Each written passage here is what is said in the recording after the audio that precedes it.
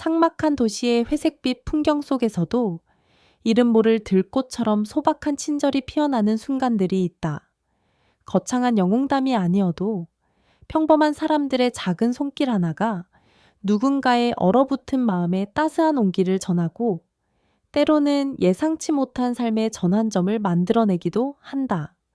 여기 우리가 무심코 지나치는 일상 속에서 시작된 한 편의 이야기 역시 그러하다. 그것은 특별할 것 없는 어느 날 고단한 삶의 무게를 짊어진 한 젊은이의 작은 선행에서 비롯되었으니 그 누구도 예상치 못했던 놀라운 내일에 서곡이 될 줄은 꿈에도 모른 채였다. 어쩌면 삶이란 그런 것인지도 모른다. 가장 어두운 밤하늘에서 가장 밝은 별이 보이듯 가장 힘겨운 순간에 피어난 작은 온정이야말로 가장 큰 울림을 주는 법이니까. 이제 그 평범하지만 특별한 이야기의 첫 페이지를 조심스레 넘겨본다. 20살 강민지에게 새벽은 사치였다. 동이특이 무섭게 시작되는 하루는 늘 숨가빴고 저녁 아르바이트를 마치고 자취방에 돌아오면 파김치가 되어 쓰러지기 일쑤였다. 그녀의 어깨를 짓누르는 삶의 무게는 또래들이 낭만과 꿈을 이야기할 시간에 현실의 냉혹함을 먼저 깨닫게 했다. 몇 해 전 아버지가 갑작스러운 사고로 돌아가신 후 홀로 남은 어머니는 식당 일을 하며 근근히 생계를 이어갔지만 병약한 몸은 하루가 다르게 쇠약해져 갔다. 고등학생인 남동생 민준의 학비와 생활비, 그리고 나날이 늘어가는 어머니의 병원비까지. 민지는 대학생이라는 신분보다는 실질적인 가장의 역할을 하고 있었다. 원래 민지의 꿈은 아이들을 가르치는 초등학교 선생님이었다. 아이들의 해맑은 웃음소리와 초롱초롱한 눈망울을 볼 때면 힘든 현실도 잠시 잊을 수 있었다. 하지만 지금 그녀에게 꿈은 그저 희미한 별빛과 같았다. 당장 다음 달 월세를 걱정해야 하는 처지에 임용고시 준비는 언감생심이었다. 그래도 민지는 희망의 끈을 놓지 않았다. 낮에는 장학금을 받기 위해 학업에 매진했고 밤에는 2탕, 3탕의 아르바이트를 뛰었다. 그녀의 여러 아르바이트 장소 중 하나는 동네 어귀에 자리한 작은 분식집 행복분식이었다. 이름과는 달리 행복보다는 고단함이 더 익숙한 공간이었지만 민지에게는 소중한 일터였다. 낡은 간판과 허름한 외관이었지만 저렴한 가격에 푸짐한 양으로 주머니 가벼운 학생들과 동네 주민들의 발길이 끊이지 않는 곳이었다. 떡볶이, 순대, 라면, 김밥 같은 평범한 메뉴들이었지만 주인 아주머니의 손맛이 좋아 늘 손님들로 북적였다. 주인 아주머니인 박 씨는 무뚝뚝한 표정 속에 따뜻한 마음을 가진 사람이었다. 민지의 딱한 사정을 어렴풋이 알고 있었기에 가끔 팔다 남은 음식을 싸주거나 시험 기간에는 일찍 퇴근시켜 주기도 했다. 그런 작은 배려가 민지에게는 큰 힘이 되었다. 그날도 여느 때와 다름없는 평일 저녁이었다. 저녁 식사 시간이 조금 지난 후라 가게 안은 한산했다.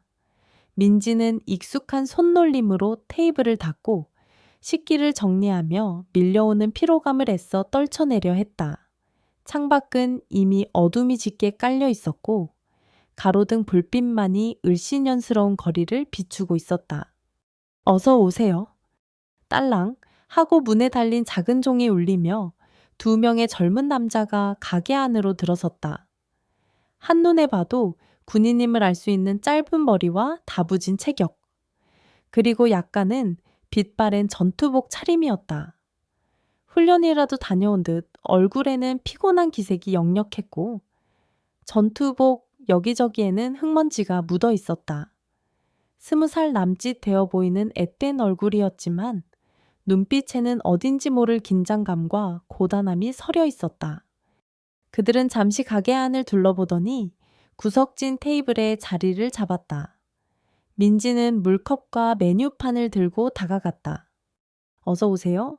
주문하시겠어요? 상냥하게 말을 건네는 민지를 올려다본 그들의 눈빛이 잠시 머뭇거리는 듯했다.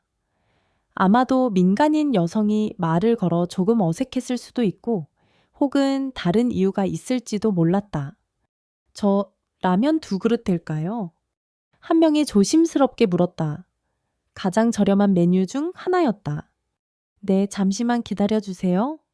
민지는 주방으로 들어가 주인 아주머니에게 주문을 전달하고 다시 홀로 나왔다.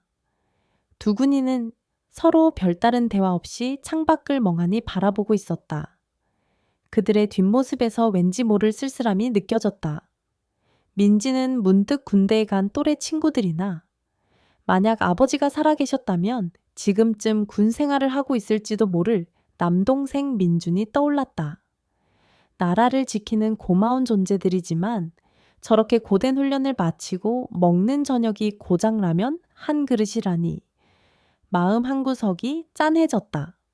잠시 후 김이 모락모락 피어오르는 뜨끈한 라면 2그릇이 나왔다. 민지는 최대한 밝은 표정으로 그들의 테이블에 라면을 놓아주었다. 맛있게 드세요. 감사합니다. 그들은 짧게 대답하고는 허겁지겁 면을 입으로 가져갔다. 얼마나 배가 고팠는지. 걔 눈 감추듯 라면 그릇이 비워져 갔다. 민지는 그 모습을 멀찍이서 지켜보며 과연스레 마음이 놓였다. 누군가 맛있게 먹는 모습을 보는 것은 언제나 기분 좋은 일이었다. 특히나 저렇게 힘든 하루를 보낸 이들에게 따뜻한 식사 한 끼는 작은 위로가 될 수 있을 테니까. 국물 한 방울 남기지 않고 그릇을 깨끗이 비운 두 군인은 자리에서 일어섰다. 그중 한 명이 계산대로 다가왔다. 얼마죠? 네, 총 6,000원입니다. 민지가 계산기를 두드리며 말했다. 그러자 군인의 얼굴에 순간 당혹스러운 표정이 스쳐 지나갔다. 그는 주머니를 뒤적이기 시작했다. 잠시 후 그의 손에는 몇 장의 1,000원짜리 지폐와 동전 몇 개가 전부였다. 그의 미간이 살짝 찌푸려졌다. 옆에 서 있던 다른 군인 역시 안절부절 못하는 표정으로 친구의 눈치만 살피고 있었다. 저 혹시... 돈을 내려던 군인이 어렵게 입을 열었다. 그의 목소리는 불안감으로 살짝 떨리고 있었다. 그의 손에 들린 돈은 누가 봐도 음식값을 치르기에는 턱없이 부족해 보였다. 민지는 직감했다. 그들에게 무슨 문제가 생겼다는 것을, 어쩌면 지갑을 잃어버렸거나 가진 돈이 그게 전부일 수도 있었다. 민지는 순간 어떻게 해야 할지 짧은 고민에 빠졌다. 주인 아주머니께 말씀드려야 할까? 하지만 그랬다가는 저 젊은 군인들이 얼마나 무안해할까? 가뜩이나 힘든 훈련을 마치고 돌아가는 길일 텐데 단돈 몇천 원 때문에 난처한 상황에 처하게 하고 싶지 않았다. 그녀의 시선은 계산대 아래에 넣어둔 자신의 낡은 지갑으로 향했다. 아르바이트 월급날은 아직 멀었고 그 안에 든 돈은 다음 주 생활비와 어머니 약값으로 써야 할 빠듯한 금액이었다. 하지만 고작 6,000원이었다. 자신에게는 적지 않은 돈이지만 저들의 난감함에 비하면 아무것도 아닐 수 있었다. 짧은 순간 수많은 생각이 민지의 머릿속을 스쳐 지나갔다. 아버지 생각이 났다. 만약 아버지가 저런 상황에 처한 젊은이들을 보셨다면 분명 모른 척하지 않으셨을 것이다. 늘 어려운 사람을 보면 그냥 지나치지 못하셨던 아버지의 따뜻한 마음을 민지는 기억하고 있었다. 그리고 어쩐지 저 군인들의 모습이 며칠 전 감기 몸살로 끙끙 앓으면서도 약값 때문에 제대로 치료도 못 받던 동생 민준의 얼굴과 겹쳐 보였다. 결심은 한순간이었다. 손해를 보더라도 아주머니께 혼이 나더라도 저들을 그냥 보내고 싶지 않았다. 민지는 자신도 모르게 계산대 밑으로 손을 넣어 지갑에서 10,000원짜리 한 장을 꺼내 들었다. 그리고 아무렇지도 않다는 듯, 아니 오히려 최대한 자연스럽게 행동하려 애쓰며 입을 열었다. 그녀의 심장이 평소보다 조금 빠르게 뛰고 있었다. 과연 이 행동이 옳은 것일까 하는 작은 망설임도 있었지만 이미 마음은 정해진 뒤였다. 그녀는 부디 자신의 작은 도움이 저들에게 상처가 아닌 따뜻한 기억으로 남기를 바랄 뿐이었다. 민지의 손에 들린 10,000원짜리 지폐는 그녀의 고단한 일주일 생활비의 일부였다. 하지만 망설임은 짧았다. 그녀는 애써 태연한 표정을 지으며 마치 아무 일도 아니라는 듯 입가에 희미한 미소를 만들었다. 아, 오늘 마침 저희 가게에서 군인분들께 작은 할인 행사를 하고 있어요. 원래 6,000원인데 5,000원만 주시면 됩니다. 거짓말이었다. 그런 행사는 들어본 적도 없었다. 하지만 너무나 자연스러운 민지의 말투와 표정에 군인들은 의심할 여지가 없어 보였다. 돈을 내밀려던 군인의 눈이 동그래졌다. 네, 정말입니까?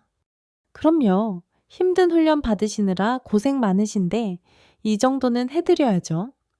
민지는 군인이 내민 1,000원짜리 몇 장과 동전 중에서 5,000원을 세어받고는 자신의 10,000원짜리를 계산기에 넣고 거스름 돈 5,000원을 꺼내 그에게 건넸다. 완벽한 연기였다. 사실은 자신의 돈으로 그들의 식사비를 대신 치른 것이지만 그들은 민지가 5,000원을 깎아준 것으로 알고 있을 터였다. 그것이 그들의 자존심을 덜 상하게 하는 방법이라 생각했다. 아, 정말? 정말 감사합니다. 군인은 거스름 돈을 받아들며 연신 고개를 숙였다. 그의 얼굴에는 안도감과 함께 진심 어린 감사의 빛이 떠올랐다. 옆에 서 있던 다른 군인 역시 멋쩍은 미소를 지으며 함께 고마움을 표했다. 별 말씀을요. 맛있게 드셨으면 그걸로 됐습니다. 조심히 들어가세요. 민지는 손을 내저으며 부드럽게 말했다. 정말 이 은혜는 잊지 않겠습니다. 정말 감사합니다. 그들은 다시 한번 허리 숙여 인사하고는 가게를 나섰다. 딸랑 하고 울리는 종소리가 유난히 경쾌하게 들리는 듯 했다. 그들의 뒷모습이 어둠 속으로 사라질 때까지 민지는 가만히 서 있었다. 군인들이 떠나자 긴장이 풀리면서 가슴 한구석이 싸한 느낌이 들었다. 자신의 지갑 사정을 생각하면 아찔했지만 동시에 묘한 뿌듯함과 따뜻함이 온몸으로 퍼져나가는 것을 느꼈다. 그래, 잘한 일이야. 6,000원이 없다고 굶는 건 아니지만 저들에게는 그 돈이 큰 의미였을 수도 있다. 그리고 무엇보다 그들의 고마워하는 표정을 보니 그것만으로도 충분했다. 민지야, 그 군인들 모레 돈이 모자랐던 거야. 주방에서 나온 박 아주머니가 물었다. 아까의 상황을 어깨너머로 본 모양이었다. 민지는 순간 당황했지만 이내 침착하게 대답했다. 아, 네? 조금 부족하셨나 봐요. 그래서 제가 그냥 5,000원만 받았어요. 요즘 군인들 힘들잖아요. 박 아주머니는 잠시 민지를 물끄러미 바라보았다. 그녀의 눈빛은 무심한 듯 했지만 그 안에는 민지의 속내를 다 읽고 있다는 듯한 깊이가 있었다. 그래, 잘했다. 가끔은 그런 인정도 베풀 줄 알아야지. 그 돈은 내가 채워 넣을 테니 걱정 말고. 아니에요. 아주머니 괜찮아요. 제가 그냥 민지가 손사래를 치며 말리려 했지만 박 아주머니는 단호했다. 됐다. 잔말 말고 어서 마감 준비나 해. 나도 젊었을 때 돈 없어서 서러웠던 적 많았어. 그렇게 말하며 박 아주머니는 계산대로 다가가 민지가 받아야 할 6,000원에서 부족한 1,000원을 자신의 지갑에서 꺼내 채워 넣었다. 민지는 가슴이 뭉클해졌다. 박 아주머니의 무뚝뚝함 뒤에 숨겨진 따뜻한 마음에 또 한 번 위로를 받는 순간이었다. 어쩌면 세상은 아직 살만한 곳인지도 모른다는 생각이 들었다. 그날 밤 아르바이트를 마치고 집으로 돌아가는 길은 평소보다 조금 더 가볍게 느껴졌다. 비록 지갑은 얇아졌지만 마음 한구석은 왠지 모르게 풍족해진 기분이었다. 자취방에 도착한 민지는 고된 하루의 피로도 잊은 채 잠시 책상 앞에 앉았다. 책상 한편에는 빛바랜 가족 사진이 놓여 있었다. 사진 속에는 환하게 웃고 있는 아버지와 젊은 시절의 어머니, 그리고 지금보다 훨씬 어렸던 민지와 동생 민준의 모습이 담겨 있었다. 사진을 보고 있자니 다시금 현실의 무게가 느껴졌다. 하지만 오늘은 그 무게가 절망스럽지만은 않았다. 아주 작은 선행이었지만 그것이 준 따뜻함이 민지의 마음속에 작은 등불 하나를 켠 듯했다. 다음 날부터 민지의 일상은 다시 팍팍한 현실의 연속이었다. 어제의 그 일은 마치 꿈처럼 아련한 기억으로 남았다. 당장 밀린 공과금과 다음 달 월세 걱정에 민지는 다시 한번 허리띠를 졸라매야 했다. 엎친 데 덮친 격으로 며칠 전부터 시름시름 앓던 어머니의 병세가 갑자기 악화되었다. 민지야, 아무래도 엄마 병원에 한번 가봐야 할 것 같다. 밤새 기침이 멈추질 않고 숨도 차는 것 같아. 아침 일찍 걸려온 어머니의 힘없는 목소리에 민지의 심장이 쿵 내려앉았다. 당장 학교 수업도 있었고 오후에는 아르바이트도 가야 했지만 어머니를 그냥 둘 수는 없었다. 민지는 교수님께 사정을 말씀드리고 급히 어머니가 계신 본가로 향했다. 어머니의 상태는 생각보다 심각했다. 안 그래도 약한 기관지가 환절기 감기와 겹치면서 폐렴으로 발전한 것이었다. 의사는 당장 입원 치료가 필요하다고 말했다. 청천벽력 같은 소리였다. 입원이라니? 당장 입원비는 어떻게 마련해야 하며 간병은 또 누가 한단 말인가? 엄마, 괜찮으실 거예요. 의사 선생님도 잘 치료하면 금방 나으실 거라고 했어요. 민지는 애써 밝은 목소리로 어머니를 안심시켰지만 등줄기에는 식은땀이 흘렀다. 병원 원무과에서 받아든 예상 치료비, 내역서는 그녀를 더욱 절망하게 했다. 검사비, 입원비, 약값까지 합하면 좋게 100만 원은 훌쩍 넘는 금액이었다. 지금 민지가 가진 돈이라고는 고작 몇만 원이 전부였다. 그 순간 며칠 전 군인들에게 베풀었던 6천 원이 떠올랐다. 고작 그 돈이 있었다고 해서 지금의 상황이 달라질 것은 아니었지만 그래도 아쉬운 마음이 드는 것은 어쩔 수 없었다. 그때 괜한 오지랖을 부렸나 하는 후회가 아주 잠깐 스쳐 지나갔지만 민지는 이내 고개를 저었다. 아니, 그건 다른 문제다. 지금은 어떻게든 엄마의 병원비를 마련하는 것이 우선이었다. 민지는 닥치는 대로 돈을 구할 방법을 생각하기 시작했다. 일단 학교에 휴학계를 내는 것을 고려해야 했다. 그리고 지금 하고 있는 아르바이트 시간을 더 늘리거나 당이 고액 아르바이트라도 알아봐야 했다. 친척들에게 손을 벌려볼까도 생각했지만 다들 사정이 넉넉지 않다는 것을 알기에 쉽사리 입이 떨어지지 않았다. 은행 대출은 학생 신분인 민지에게는 그림의 떡이었다. 며칠 동안 민지는 발에 불이 나도록 뛰어다녔다. 낮에는 병원에서 어머니를 간호하고 밤에는 아르바이트를 했다. 잠은 쪽잠으로 대신했고 식사는 거르기 일쑤였다. 하지만 아무리 노력해도 병원비를 감당하기에는 턱없이 부족했다. 시간은 야속하게 흘러갔고 민지의 마음은 점점 더 타들어갔다. 어느덧 일주일이 지났다. 다행히 어머니의 상태는 조금씩 호전되고 있었지만 퇴원까지는 아직 시간이 더 필요했다. 그동안 쌓인 병원비는 이미 민지가 감당할 수 있는 수준을 넘어섰다. 민지는 결국 가장 하고 싶지 않았던 선택을 해야 할지도 모른다는 생각에 괴로워했다. 그것은 바로 동생 민준의 학원비를 다음 달로 미루고 그 돈을 병원비에 보태는 것이었다. 한창 중요한 시기인 민준에게 그런 부담을 주고 싶지 않았지만 달리 뾰족한 수가 떠오르지 않았다. 그날 저녁 아르바이트를 마치고 무거운 발걸음으로 자취방으로 돌아오던 길이었다. 늦은 시간이라 거리는 한산했고 가끔씩 지나가는 자동차 소리만이 정적을 깨뜨렸다. 민지는 터덜터덜 걷다가 문득 하늘을 올려다보았다. 검은 하늘에는 별 하나 보이지 않았다. 마치 자신의 암담한 현실을 보여주는 것 같아 더욱 마음이 착잡해졌다. 내가 뭘 더 어떻게 해야 할까? 나지막한 한숨과 함께 절망 섞인 혼잣말이 새어나왔다. 눈가가 뜨거워지며 울컥 하고 눈물이 쏟아질 것 같았다. 이를 악물고 눈물을 참으며 걷던 민지의 발걸음이 문득 멈춰 섰다. 그녀의 자취방에 있는 골목 어귀에 낯선 검은색 승용차 한 대가 서 있었기 때문이었다. 그리고 그 차 옆에는 정장 차림의 남자 2명이 서서 누군가를 기다리는 듯 두리번거리고 있었다. 순간 민지의 가슴이 철렁 내려앉았다. 혹시 사채업자들인가? 며칠 전 정말 급한 마음에 인터넷에서 본 소액 대출 광고에 혹해 문의 전화를 한 적이 있었다.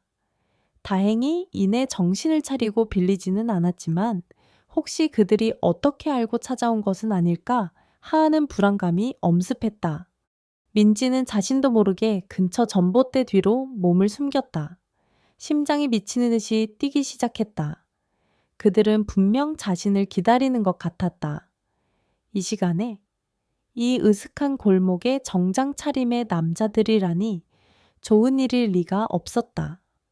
민지는 숨을 죽인 채 그들의 동태를 살폈다. 만약 그들이 정말 자신을 찾아온 것이라면 어떻게 해야 할까? 도망쳐야 할까? 아니면 당당하게 맞서야 할까? 머릿속이 하얗게 비어버리는 것 같았다. 그저 두려움만이 온몸을 휘감았다. 전봇대 뒤에 숨어 가쁜 숨을 몰아쉬는 민지의 등 뒤로 식은땀이 흘렀다. 심장은 여전히 방망이질을 치고 있었고 다리는 후들거려 금방이라도 주저앉을 것 같았다. 정장 차림의 남자들은 여전히 검은 승용차 옆에 서서 두리번거리고 있었다. 그들의 날카로운 눈빛이 어둠 속에서도 형형하게 느껴져 민지는 더욱 몸을 움츠렸다.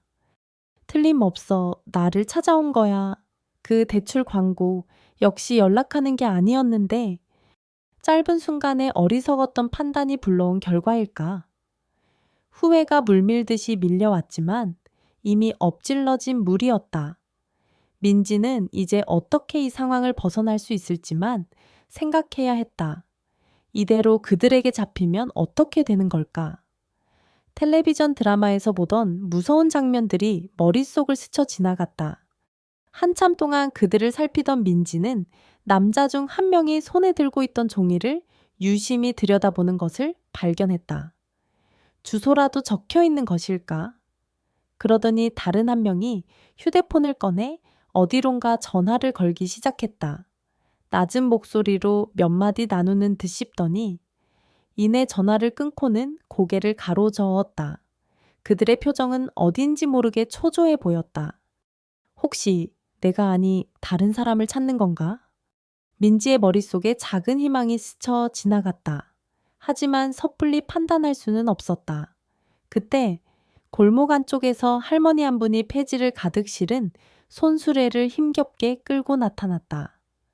정장 차림의 남자들은 할머니를 보더니 잠시 멈칫하는 듯했다. 그러더니 그중 한 명이 할머니에게 다가가 정중하게 무언가를 묻기 시작했다. 거리가 조금 있어 대화 내용까지는 들리지 않았지만 할머니는 잠시 고개를 갸웃거리더니 손짓으로 어딘가를 가리켰다. 남자는 몇 번이고 고개를 숙여 감사 인사를 한 뒤 다시 차 쪽으로 돌아왔다. 곧이어 두 남자는 서로 짧게 이야기를 나누더니 미련 없이 검은 승용차에 올라탔다. 차는 부드럽게 시동이 걸리더니 골목을 빠져나가 큰 길로 사라졌다. 민지는 그들이 완전히 시야에서 사라질 때까지 숨을 죽인 채 기다렸다. 차가 떠나고 한참이 지나서야 민지는 다리에 힘이 풀려 그 자리에 풀썩 주저앉을 뻔했다. 휴, 안도의 한숨이 절로 나왔다. 아무래도 자신을 찾아온 것은 아닌 모양이었다. 아마도 다른 사람을 찾고 있었거나 길을 잘못 들었던 것이리라. 민지는 가슴을 쓸어내리며 자리에서 일어섰다. 하지만 한 번 시작된 불안감은 쉽게 가시지 않았다. 그저 우연한 해프닝으로 넘기기에는 너무나 생생한 공포였다. 그들의 날카로운 눈빛과 정장 차림이 뇌리에 깊이 박혀 마치 언제든 다시 나타날 것 같은 불길한 예감을 떨칠 수 없었다. 그날 이후 민지의 삶은 더욱 고달파졌다. 어머니의 병원비는 하루가 다르게 불어났고 민지가 아무리 아르바이트 시간을 늘리고 닥치는 대로 일거리를 찾아 헤매도 밑 빠진 독에 물 붓기였다. 결국 민지는 동생 민준에게 어렵게 말을 꺼냈다. 민준아, 저기 이번 달 학원비 말인데 혹시 다음 달에 내도 괜찮을까? 밤늦게 자취방에 들른 민준에게 민지는 차마 얼굴을 쳐다보지 못하고 우물쭈물 물었다. 민준은 잠시 누나의 지친 얼굴을 바라보더니 이내 애써 밝은 목소리로 대답했다. 괜찮아, 누나. 나 이번 달 모의고사 성적도 잘 나왔고 잠깐 쉬엄쉬엄 해도 돼. 동생의 속 깊은 배려에 민지는 코끝이 찡해졌다. 하지만 동시에 미안함과 죄책감으로 가슴이 무거워졌다. 자신의 무능함 때문에 동생의 미래까지 발목을 잡는 것 같았다. 미안해, 민준아. 엄마 퇴원하시면 그때 꼭 아냐, 누나. 그런 말 봐. 엄마 건강이 우선이지. 나는 정말 괜찮으니까 걱정하지 마. 민주는 오히려 민지를 위로하며 어깨를 토닥였다. 착한 동생의 위로에도 민지의 마음은 편치 않았다. 돈 때문에 가장 사랑하는 가족들에게 짐이 되는 것 같아 견딜 수 없이 괴로웠다. 어머니의 병원비를 마련하기 위해 민지는 자신이 가진 몇 안 되는 물건들을 중고거래 사이트에 내놓았다. 몇 년 동안 아껴 읽었던 전공 서적들, 생일 선물로 받았던 작은 목걸이까지. 하지만 그런 것들을 다 팔아봤자 병원비에는 턱없이 부족한 금액이었다. 행복 분식에서의 아르바이트도 순탄치만은 않았다. 며칠 전에는 너무 피곤한 나머지 주문을 잘못 받아 손님과 작은 실랑이가 있었고 그 일로 박 아주머니에게 꾸지람을 듣기도 했다. 물론 박 아주머니는 이내 민지의 사정을 이해하고 다독여 주었지만 민지는 스스로에게 실망감을 느꼈다. 정신을 바짝 차려야 하는데 자꾸만 몸과 마음이 따로 노는 것 같았다. 그러던 어느 날 오후 행복분식은 여느 때처럼 손님들로 붐볐다. 민지는 쉴 새 없이 테이블 사이를 오가며 주문을 받고 음식을 날랐다. 그때 가게 문이 열리며 2명의 군인이 들어섰다.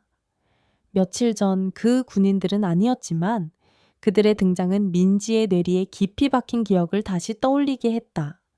새로운 군인들은 가게 안을 한번 쓱 둘러보더니 자리에 앉아 메뉴판을 유심히 살폈다. 민지가 주문을 받으러 다가가자 그중 한 명이 불쑥 물었다. 저기요, 이 가게 생긴 지 얼마나 됐어요? 네, 한 10년 넘었을 거예요. 왜 그러시죠? 민지는 예상치 못한 질문에 살짝 당황하며 대답했다. 그냥요, 음식이 맛있어 보여서요. 혹시 사장님은 늘 가게에 계신가요? 네, 보통은, 네. 그들의 질문은 어딘지 모르게 부자연스러웠다. 마치 무언가를 떠보거나 확인하려는 듯한 느낌. 민지는 애써 아무렇지 않은 척 그들의 주문을 받고 주방으로 향했지만 마음 한구석에는 찜찜함이 남았다. 그들은 음식을 먹는 동안에도 주변을 두리번거리는 등 어딘가 부자연스러운 행동을 보였다. 그 일이 있고 며칠 뒤 민지는 자취방 근처에서 또다시 이상한 장면을 목격했다. 밤늦게 아르바이트를 마치고 돌아오던 길. 평소에는 인적이 드문 골목길에 낯선 군용 지프차가 한 대 서 있는 것을 보았다. 차 안에는 누군가 타고 있는 듯 했지만 창문이 어두워 잘 보이지 않았다. 민지가 걸음을 빨리하여 그곳을 지나치려 할 때 차 안에서 누군가 자신을 쳐다보는 듯한 느낌을 받았다. 등골이 오싹해지는 기분이었다. 고개를 돌려 확인하고 싶었지만 두려움에 차마 그러지 못하고 종종 걸음으로 자취방까지 뛰어왔다. 그날 밤 민지는 잠을 이룰 수 없었다. 정장 차림의 남자들, 가게에 왔던 군인들의 이상한 질문, 그리고 골목길의 군용 지프차까지 이 모든 것이 단순한 우연일까? 아니면 자신과 어떤 연관이 있는 것일까? 만약 연관이 있다면 도대체 무엇 때문에 며칠 전 그 군인들에게 베푼 작은 친절 때문이라고 하기에는 너무나 이상한 일들이었다. 설마 그 사람들 때문은 아니겠지? 민지는 불안감을 떨쳐내려 애썼지만 한번 피어오른 의심은 쉽게 사그라지지 않았다. 마치 보이지 않는 누군가가 자신을 지켜보고 있는 듯한 느낌, 혹은 거대한 음모 속에 자신이 휘말리고 있는 듯한 착각마저 들었다. 어머니의 병원비 납부 마감일은 점점 다가오고 있었다. 민지는 거의 절망적인 상태였다. 마지막 희망으로 대학교 학생처의 장학금이나 긴급 생활비 지원을 문의해 봤지만 절차가 복잡하고 시간도 오래 걸린다는 답변만 돌아왔다. 이제 정말 기댈 곳 하나 없는 막다른 골목에 다다른 기분이었다. 그날 저녁, 민지는 모든 것을 포기하고 싶은 심정으로 행복 분식의 문을 나섰다. 하늘은 여전히 흐렸고 금방이라도 비가 쏟아질 듯 무거운 공기가 가라앉아 있었다. 힘없이 집으로 향하던 민지의 발걸음이 다시 한번 멈춰 섰다. 며칠 전 보았던 그 검은색 승용차가 다시 나타난 것이었다. 이번에는 그녀의 자취방으로 들어가는 골목길 초입보다 조금 더 떨어진 곳, 하지만 민지의 집 방향으로 향하는 길목에 세워져 있었다. 그리고 그 차 안에서 언뜻 익숙한 옆모습이 보였다. 며칠 전 전봇대 뒤에서 숨어 보았던 정장 차림의 남자 중 한 명이었다. 그는 이번에는 차에서 내리지 않고 운전석에 앉아 마치 누군가를 기다리는 듯 앞을 주시하고 있었다. 민지의 심장이 다시 한번 세차게 뛰기 시작했다. 이번에는 착각이 아니었다. 그들은 분명 이 근처를 맴돌고 있었다. 그리고 그들이 찾는 것이 만약 자신이라면 민지는 더 이상 참을 수 없었다. 이 불안감의 정체를 확인해야 했다. 용기를 내어 그 차 쪽으로 다가가려던 순간 남자의 휴대폰이 울리는 듯 했고 그는 전화를 받으며 급히 차를 출발시켰다. 차는 민지가 서 있는 방향과는 반대쪽으로 빠르게 사라졌다. 허탈하게 멀어지는 차를 바라보며 민지는 만견자실했다. 도대체 이게 다 무슨 일일까? 그녀는 깊은 한숨을 내쉬며 어두운 골목길로 발걸음을 옮겼다. 자취방 문을 열고 들어서자 싸늘한 공기가 그녀를 맞았다. 방 한가운데 덩그러니 놓인 책상 위에는 병원에서 보낸 독촉장이 놓여 있었다. 그것을 보는 순간 애써 눌러왔던 감정들이 한꺼번에 폭발하며 민지의 눈에서 뜨거운 눈물이 하염없이 흘러내렸다. 지난밤 독촉장을 끌어안고 한참을 울었던 민지는 퉁퉁 부은 눈으로 새벽을 맞았다. 절망감은 쉽사리 가시지 않았지만 이대로 주저앉아 있을 수만은 없었다. 어머니가 병상에 누워 계시고 아무것도 모르는 동생 민준이 자신만을 의지하고 있었다. 어떻게든 방법을 찾아야 했다. 민지는 진지하게 휴학을 고민하기 시작했다. 대학교 졸업장은 그녀의 오랜 꿈이었지만 지금은 어머니의 치료가 먼저였다. 휴학을 하고 공장에라도 들어가 밤낮 없이 일하면 어떻게든 병원비를 마련할 수 있지 않을까. 아니면 아주 어렸을 때 몇 번 보았던 먼 친척에게라도 염치불구하고 손을 벌려야 할까. 어떤 선택이든 쉽지 않았고 그저 막막함만이 가슴을 짓눌렀다. 아침 일찍 병원으로 향한 민지는 애써 밝은 표정을 지으며 어머니의 병실 문을 열었다. 밤새 뒤척이셨는지 어머니의 얼굴은 더욱 수척해져 있었다. 엄마, 오늘은 좀 어떠세요? 어제보다는 안색이 좋아 보이시네. 민지가 가볍게 어머니의 이마를 짚으며 말했다. 어머니는 희미하게 미소를 지으려 애쓰며 민지의 손을 잡았다. 우리 딸 왔구나. 엄마는 괜찮아. 근데 너야말로 얼굴이 반쪽이 됐네. 잠도 제대로 못 자는 거지. 어머니의 따뜻한 눈빛에 민지는 울컥 눈물이 솟아오르려는 것을 간신히 참았다. 아니에요.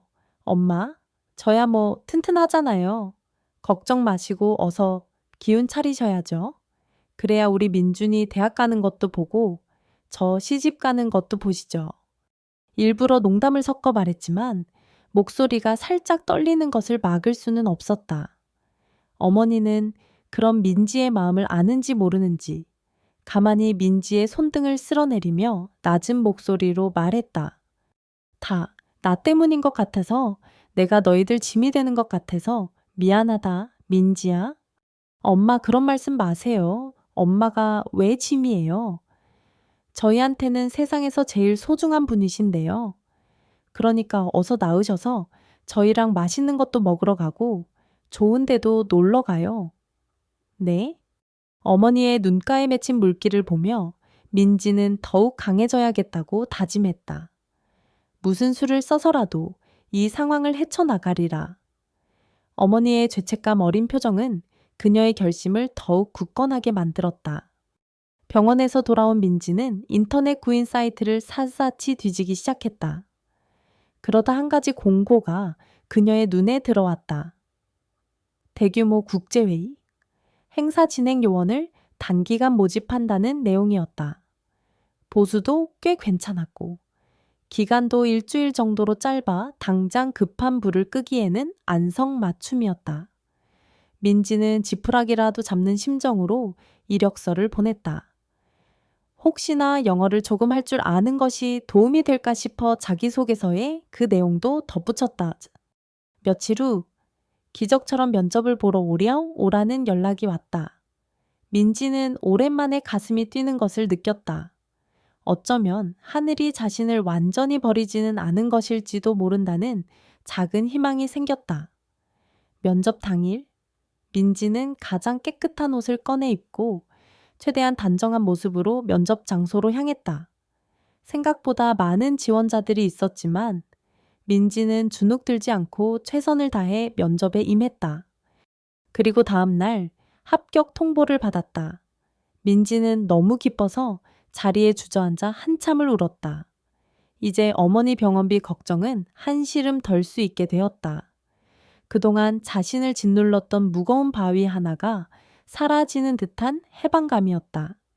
하지만 그 기쁨은 오래가지 못했다. 행사 시작을 불과 이틀 앞둔 날, 주최 측으로부터 갑작스러운 연락이 왔다. 예상치 못한 내부 사정으로 행사 자체가 취소되었다는 것이었다. 모든 것이 물거품이 되는 순간이었다. 하늘이 주신 돈가줄이라고 생각했는데 그것은 썩은 줄이었다. 민지는 허탈감과 절망감에 휩싸여 한동안 아무것도 할 수 없었다. 마치 누군가가 자신을 데리고 잔인한 장난이라도 치고 있는 것 같았다. 엎친 데 덮친 격으로 행복 분식에서도 이상한 일이 생겼다. 그날 오후 민지가 잠시 은행에 다녀온 사이 박 아주머니가 조심스럽게 민지에게 말을 꺼냈다. 민지야? 아까 네가 없을 때 어떤 남자들이 와서 너를 찾더라. 내 저를요 누구인데요? 민지의 가슴이 철렁 내려 앉았다. 설마 또 그 정장 차림의 남자들일까? 글쎄다 행사액은 멀쩡하던데 꼭 누구 수소문하는 사람들처럼 이것저것 묻더라고. 저녁에 일하는 아가씨에 대해서 좀 알고 싶다고. 며칠 전에 여기서 작은 친절을 받았는데 고맙다는 인사를 하고 싶어서 그런다나 뭐라나? 박 아주머니는 대수롭지 않다는 듯 말했지만 민지의 얼굴은 하얗게 질려갔다. 며칠 전 작은 친절이라면 분명 그 군인들 이야기였다. 그런데 그들이 왜 이제 와서 자신을 찾는단 말인가? 그것도 직접 오지 않고 다른 사람들을 보내서 혹시 어떻게 생겼는지 기억나세요? 나이나 옷차림 같은 거요. 한 명은 좀 체격이 다부져 보였고 다른 한 명은 좀 날카로운 인상이었던 것 같기도 하고 둘 다 검은색 옷을 입었던 것 같은데 하도 정신이 없어서 자세히는 못 봤다. 박 아주머니의 설명을 듣는 순간 민지는 며칠 전 골목에서 보았던 정장 차림의 남자들을 떠올렸다. 그들이 분명했다. 그들이 이제는 가게까지 찾아와 자신의 행방을 묻고 다닌다니 도대체 무슨 꿍꿍이인 걸까? 단순한 감사 인사치고는 너무나 수상쩍었다. 그날부터 민지는 더욱 심한 불안감에 시달렸다. 그들은 왜 자신을 찾는 걸까? 그 군인들에게 무슨 문제라도 생긴 걸까? 그래서 자신에게 책임을 물으려고 하는 걸까? 온갖 부정적인 생각들이 꼬리에 꼬리를 물고 이어졌다. 혹시 그들이 군인들을 사칭한 나쁜 사람들이었고 자신이 그들의 범죄에 연루된 것은 아닐까 하는 끔찍한 상상까지 들었다. 이제 길을 걸을 때도 주변을 살피는 버릇이 생겼다. 누군가 자신을 미행하는 것은 아닌지, 낯선 차량이 자신을 따라오는 것은 아닌지, 모든 것이 의심스럽고 두려웠다. 자취방 근처를 지나는 군용 차량을 볼 때면 심장이 덜컥 내려앉았다. 예전에는 그저 든든하고 고맙게만 느껴졌던 군인들의 모습이 이제는 공포의 대상이 되어버린 것 같았다. 이런 불안한 마음을 동생 민준에게 털어놓을까도 생각했지만 괜한 걱정만 끼칠 것 같아 차마 입이 떨어지지 않았다. 박 아주머니에게도 더 이상 자세히 묻기가 어려웠다. 결국 민지는 이 모든 불안감을 혼자 끌어안고 끙끙 앓을 수밖에 없었다. 며칠 뒤 결국 병원으로부터 최종 납부 통지서가 날아왔다. 이번 주말까지 병원비를 완납하지 않으면 강제 퇴원 조치를 할 수도 있다는 내용이었다. 민지는 눈앞이 캄캄해졌다. 이제 정말 시간이 없었다. 그날 저녁 아르바이트를 마치고 집으로 돌아오는 민지의 발걸음은 천근만은 무거웠다. 실패한 단기 아르바이트, 가게까지 찾아왔던 정체 모를 남자들, 그리고 코앞으로 다가온 병원비 납부 마감일. 모든 것이 그녀를 벼랑 끝으로 내몰고 있었다. 어두컴컴한 골목길로 접어들었을 때였다. 민지는 자신의 눈을 의심했다. 며칠 전 보았던 그 검은색 승용차가 이번에는 자신의 자취방으로 들어가는 좁은 골목 입구를 비스듬히 막아선 차에 주차되어 있었다. 그리고 이전에는 보이지 않았던 남자 한 명이 차에서 내려 담벼락에 기댄 채 서 있었다. 그는 마치 민지가 나타나기를 기다렸다는 듯 민지의 자취방이 있는 옥탑방 쪽을 물끄러미 올려다보고 있었다. 민지는 아직 그에게 발견되지 않은 상태였다. 골목 모퉁이를 돌기 직전이었기에 남자는 아직 민지를 보지 못했다. 하지만 민지는 그 남자의 옆모습을 똑똑히 볼 수 있었다. 며칠 전 박 아주머니가 묘사했던 그리고 자신이 골목에서 숨어 지켜보았던 그 정장 차림의 남자 중 한 명이었다. 이번에는 단순한 우연이나 착각이 아니었다.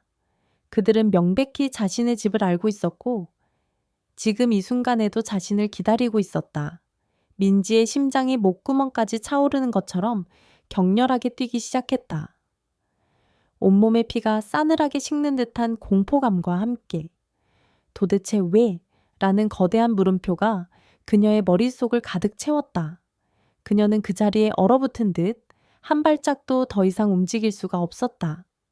골목 입구에 버티고 선 검은 승용차와 그 옆에 정장 차림 남자. 민지는 그 장면을 목격한 순간 온몸의 감각이 마비되는 듯했다. 생각할 겨를도 없이 그녀의 몸은 본능적으로 반응했다. 뒤돌아 왔던 길을 미친 듯이 내달렸다. 심장이 터질 것처럼 빠르게 뛰었고 숨은 턱까지 차올랐지만 멈출 수 없었다. 지금 그녀의 머릿속에는 단 하나의 생각뿐이었다. 도망쳐야 한다. 얼마나 달렸을까? 더 이상 다리가 움직이지 않을 지경이 되어서야 민지는 겨우 멈춰 섰다. 낯선 동네의 후미진 골목길이었다. 가로등 불빛마저 희미한 곳에 몸을 숨긴 채 민지는 거친 숨을 몰아쉬었다. 온몸이 사시나무처럼 떨려왔다. 그들이 자신을 뒤쫓아오지는 않았을까? 불안한 마음에 몇 번이고 뒤를 돌아봤지만 다행히 인기척은 느껴지지 않았다. 도대체 왜 나를 찾는 거지? 내가 뭘 어쨌다고? 단순한 감사 인사라고 하기에는 그들의 행동은 너무나 집요하고 위협적이었다. 행복 분식에서 그녀에 대해 묻고 다닌 것, 자취방 근처를 맴돌던 군용 지프차, 그리고 이제는 대놓고 집 앞에서 기다리고 있는 검은 승용차와 정장 차림의 남자들까지 이 모든 것이 며칠 전 라면값을 대신 내준 그 사소한 친절 때문이란 말인가? 도무지 이해할 수 없었다. 민지는 차가운 시멘트 바닥에 주저앉았다. 이제 어디로 가야 할까? 집에는 돌아갈 수 없었다. 그들이 기다리고 있을 테니까. 그렇다고 이 밤중에 갈 곳도 마땅치 않았다. 친구들에게 연락해 볼까도 생각했지만 이 시간에 이런 모습으로 나타나 걱정을 끼치고 싶지 않았다. 더욱이 불가사의한 상황을 어떻게 설명해야 할지 막막했다. 결국 민지는 근처 24시간 편의점으로 향했다. 따뜻한 캔커피 하나를 사서 구석 자리에 앉았다. 밤새 그곳에서 시간을 보내며 앞으로 어떻게 해야 할지 고민해야 했다. 뜬 눈으로 밤을 지사오며 민지의 머릿속은 온갖 상상과 추측으로 들끓었다. 혹시 그 군인들이 사실은 탈영병이었고 자신이 그들을 도운 것이 문제가 된 것은 아닐까? 아니면 그들이 중요한 비밀 임무를 수행 중이었는데 자신이 우연히 무언가를 목격했고 그래서 입막음을 위해 찾는 것은 아닐까? 영화에서나 나올 법한 이야기들이었지만 지금 그녀가 처한 상황은 그보다 더 비현실적으로 느껴졌다. 날이 밝아오자 민지는 더욱 초조해졌다. 뜬 눈으로 밤을 사온 탓에 몸은 천근만근이었지만 정신은 오히려 더 또렷해지는 기분이었다. 이대로 숨어 다닐 수만은 없었다. 어머니가 계신 병원에도 가봐야 했고 민준이 걱정할지도 몰랐다. 그리고 무엇보다 이 정체 모를 불안감의 실체를 밝혀야 했다. 민지는 먼저 박 아주머니에게 전화를 걸었다. 혹시 어제 그 남자들이 다시 찾아왔었는지 아니면 다른 특이사항은 없었는지 묻기 위해서였다. 박 아주머니는 어제 별다른 일은 없었다고 말했지만 민지의 불안한 목소리를 눈치챘는지 걱정스러운 투로 무슨 일이 있느냐고 물었다. 민지는 차마 사실대로 말하지 못하고 얼버무린 채 전화를 끊었다. 경찰에 신고하는 것도 생각해 보았다. 하지만 막상 신고하려고 하니 망설여졌다. 정장 입은 남자들이 저를 찾아다녀요. 며칠 전에 군인들 라면 값을 내준 적이 있는데 그것 때문인 것 같아요. 이렇게 말하면 경찰이 과연 믿어줄까? 오히려 정신 이상한 사람 취급을 받을지도 모른다는 생각이 들었다. 만약 그들이 정말 대단한 권력을 가진 사람들이라면 어설프게 경찰에 신고했다가 더 큰 위험에 처할 수도 있었다. 그래, 어쩌면 그 군인들을 다시 만나서 물어보는 게 빠를지도 몰라. 하지만 어떻게 이름도 소속도 아는 것이 없었다. 그저 막연한 생각일 뿐 현실적인 방법은 아니었다. 결국 민지는 위험을 무릅쓰고 집으로 돌아가 보기로 결심했다. 더 이상 도망만 다닐 수는 없었다. 다만 최대한 조심스럽게 접근하기로 했다. 혹시 그들이 아직도 있다면 그들의 눈에 띄지 않게 상황을 파악하고 대처해야 했다. 민지는 평소 다니던 큰 길 대신 몇 블록을 더 돌아 뒷골목을 통해 자신의 자취방 방향으로 향했다. 심장은 여전히 불안하게 뛰었지만 어젯밤처럼 이성을 잃지는 않으려 애썼다. 골목 입구에 다다르기 전 민지는 멀찍이서 주변을 살폈다. 다행히 어젯밤에 보았던 검은 승용차는 보이지 않았다. 그들이 떠난 것일까?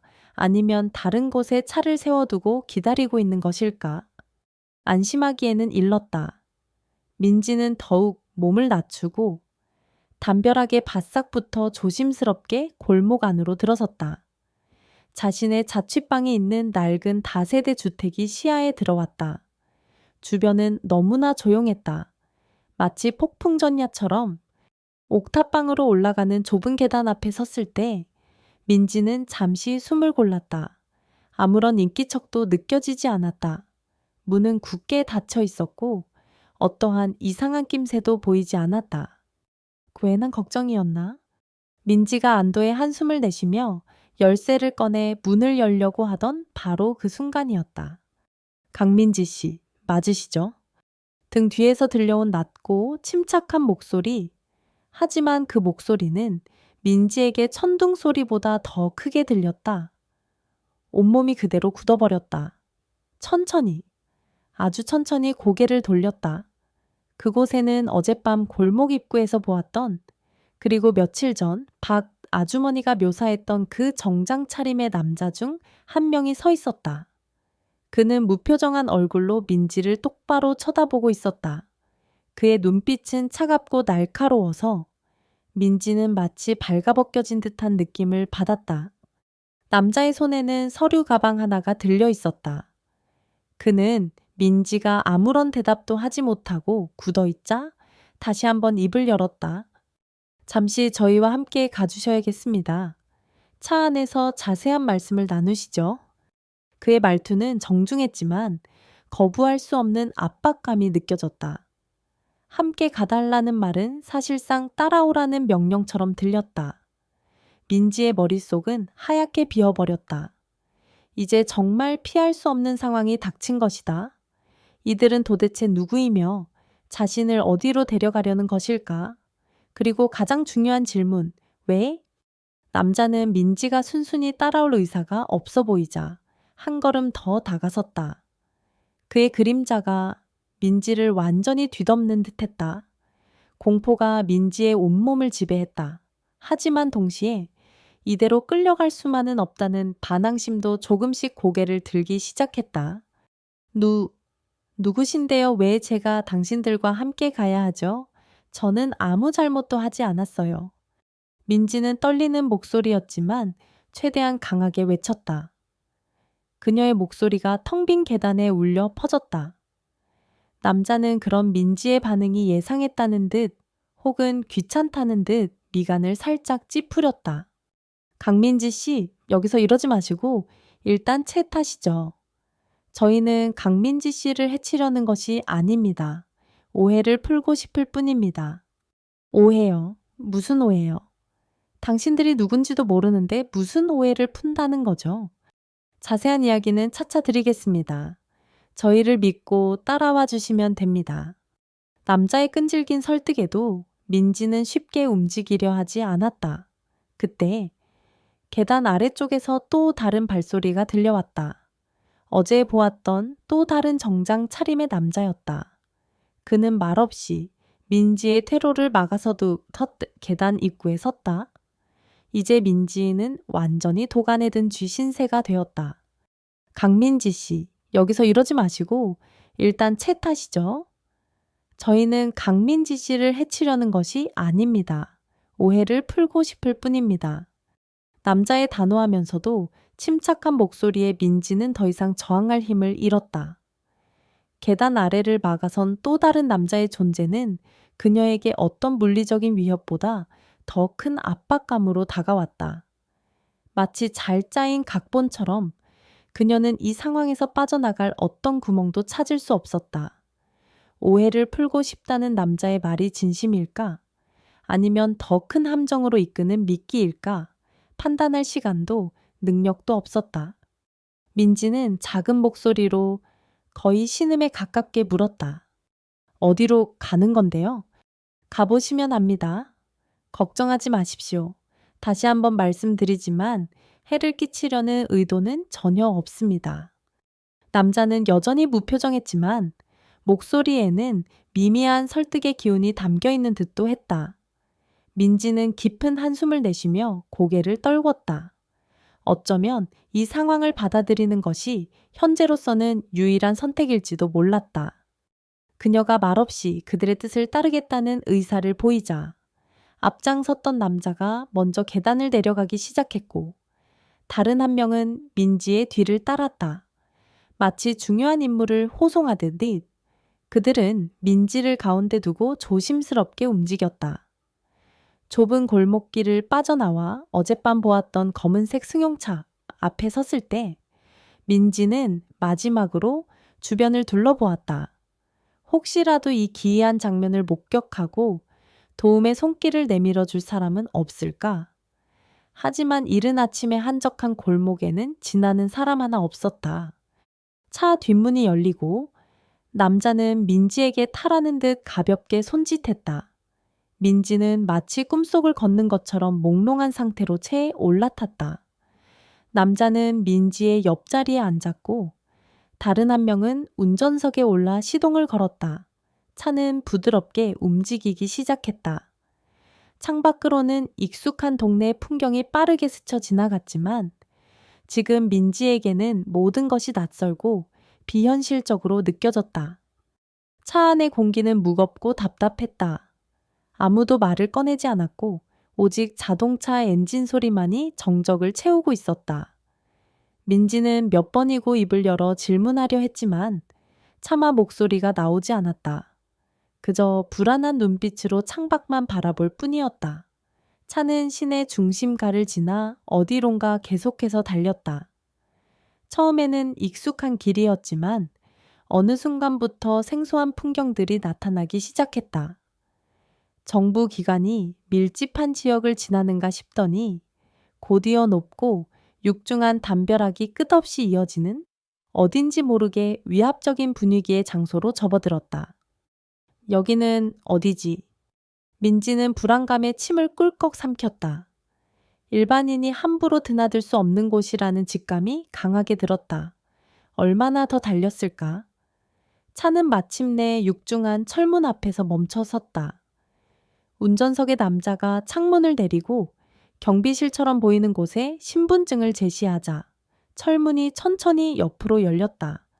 차는 다시 안으로 들어섰고 잘 정돈된 넓은 연병장과 함께 여러 채의 낮은 건물들이 눈에 들어왔다. 명백히 군사시설의 일부였다. 민지의 심장이 다시 거세게 뛰기 시작했다. 왜 자신을 이런 곳으로 데려온 것일까? 정말 그 군인들과 관련된 일인 걸까? 그렇다면 단순한 감사 인사는 아닐 것이라는 불길한 예감이 점점 더 커져갔다. 차는 건물들 중 가장 크고 중앙에 위치한 듯한 건물 앞에서 멈췄다. 옆자리의 남자가 먼저 내리며 민지에게도 내리라는 눈짓을 보냈다. 차에서 내리자 싸늘한 아침 공기가 피부에 와 닿았다. 건물 입구에는 제복을 입은 군인 2명이 경직된 자세로 서 있었고 그들은 민지를 데려온 남자들에게 예를 갖춰 경례했다. 민지는 그들의 안내를 받아 건물 안으로 들어섰다. 내부는 생각보다 평범했지만 어딘지 모르게 엄숙하고 절제된 분위기가 흘렀다. 복도를 따라 몇 개의 방을 지나자 그들은 한쪽 방문 앞에서 멈춰 섰다. 잠시 여기서 기다려 주십시오. 곧 안내해 드릴 겁니다. 남자는 그렇게 말하고는 다른 남자와 함께 복도 저편으로 사라졌다. 민지는 텅 빈 대기실로 보이는 방에 홀로 남겨졌다. 방 안에는 소파와 테이블이 전부였고 창문은 블라인드로 가려져 있어 바깥 풍경을 볼 수 없었다. 벽에는 풍경화 한 점이 걸려 있었지만 지금 민지의 눈에는 아무것도 들어오지 않았다. 시간이 얼마나 흘렀을까? 10분 아니면 30분. 극도의 긴장감 속에서 시간 감각은 무뎌져 있었다. 민지는 초조하게 손톱을 물어뜯으며 방 안을 서성거렸다. 그때 방문이 조용히 열리고 아까 그 남자 중 한 명이 다시 나타났다. 강민지 씨, 이쪽으로 오시죠. 그를 따라 복도를 조금 더 걸어가자 이전 방보다는 조금 더 넓고 응접 세트가 놓인 사무실 같은 공간이 나왔다. 그리고 그곳에는 민지를 데려온 2 남자와는 다른 좀 더 계급이 높아 보이는 중년의 남성이 서 있었다. 그는 깔끔하게 넘긴 머리에 단정한 사복 차림이었지만 군인 특유의 절도 있는 자세와 날카로운 눈빛을 감추지 못하고 있었다. 그가 바로 이 모든 상황을 설명해 줄 사람인 듯했다. 중년 남성은 민지를 발견하자 부드러운 미소를 지으며 다가와 악수를 청했다. 강민지 양 맞으시죠? 먼 길 오시느라 고생 많으셨습니다. 저는 국방부 소속 김영준 과장이라고 합니다. 국방부 소속이라는 말에 민지의 눈이 커졌다. 일이 생각보다 훨씬 더 커지고 있다는 것을 직감했다. 갑작스럽게 이렇게 모시게 되어 대단히 죄송합니다. 저희 직원들이 좀 딱딱하게 굴었다면 너그러이 이해해 주시기 바랍니다. 워낙 보안이 중요한 곳이라서요. 김 과장은 민지를 소파로 안내하며 침착하게 말을 이어갔다. 그의 목소리는 차분했지만 어딘지 모를 무게감이 실려 있었다. 강민지 양이 며칠 전 저희 부대 소속 군인 2명에게 큰 친절을 베풀어 주셨다고 들었습니다. 맞습니까? 드디어 올 것이 왔다는 생각에 민지는 마른 침을 삼키며 고개를 끄덕였다. 네, 하지만 그게 뭐 그렇게 대단한 일이라고? 아닙니다. 강민지 양에게는 작은 일이었을지 몰라도 그들에게는 그리고 저희에게는 아주 큰 의미가 있는 일이었습니다. 김 과장의 표정이 순간 진지해졌다. 민지는 숨을 죽인 채 그의 다음 말을 기다렸다. 만약 이것이 단순한 감사 인사라면 왜 국방부 과장까지 나서서 이렇게 비밀스럽게 자신을 데려온 것일까? 사실 강민지 양이 도와주셨던 그 2군인 중 한 명이 조금 특별한 신분입니다. 특별한 신분이요. 민지가 되물었다. 김 과장은 잠시 창밖으로 시선을 돌렸다가 다시 민지를 바라보며 말을 이었다. 그의 눈빛은 이전보다 더욱 깊어져 있었다. 그리고 강민지 양의 그 선행이 예상치 못한 결과를 가져왔습니다. 물론 저희는 아주 긍정적인 결과라고 생각합니다만 그 과정이 조금 복잡해서 이렇게 직접 모시고 설명을 드리게 된 겁니다. 긍정적인 결과라니 하지만 왜 이렇게까지 비밀스럽게 민지의 머릿속은 더욱 복잡해졌다. 지금 한 분께서 강민지 양을 직접 뵙고 감사의 말씀을 전하고 싶어 하십니다. 그분을 만나 뵙고 자세한 이야기를 들으시는 것이 좋을 것 같습니다. 저를 따라오시겠습니까? 김 과장은 자리에서 일어나며 민지에게 손짓했다. 한 분이라는 지칭과 직접 뵙고라는 표현에서 그 인물이 보통 사람은 아닐 것이라는 예감이 들었다. 민지는 자신도 모르게 긴장감에 휩싸여 자리에서 일어섰다. 이제 곧 이 모든 의문의 실마리가 풀릴 것만 같았다. 동시에 앞으로 자신에게 어떤 일이 펼쳐질지 전혀 예측할 수 없다는 두려움도 엄습했다. 그녀는 조용히 김 과장의 뒤를 따랐다. 그의 발걸음이 멈춘 곳은 이 건물에서 가장 크고 중후해 보이는 문 앞이었다. 김영준 과장의 뒤를 따라 도착한 곳은 육중한 목재로 만들어진 한눈에 봐도 이 건물에서 가장 중요해 보이는 방의 문 앞이었다. 문에는 어떠한 명패도 붙어 있지 않았지만 그 자체로 권위와 무게감을 발산하고 있었다. 김 과장은 문을 두드리기 전 잠시 민지를 돌아보며 가볍게 고개를 끄덕였다. 마치 마음의 준비를 하라는 듯한 신호였다. 민지는 마른 침을 삼키며 터질 듯한 심장을 애써 진정시키려 했다. 똑똑! 김 과장이 정중하게 노크를 하자 안에서 낮고 부드러운 목소리가 들려왔다. 들어오게. 김 과장이 조심스럽게 문을 열고 민지에게 먼저 들어가라는 손짓을 했다.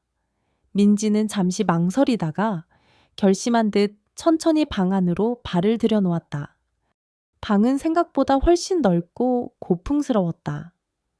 한쪽 벽면 전체를 차지한 책장에는 두꺼운 서적들이 빈틈없이 꽂혀 있었고 방 중앙에는 육중한 원목 책상이 놓여 있었다.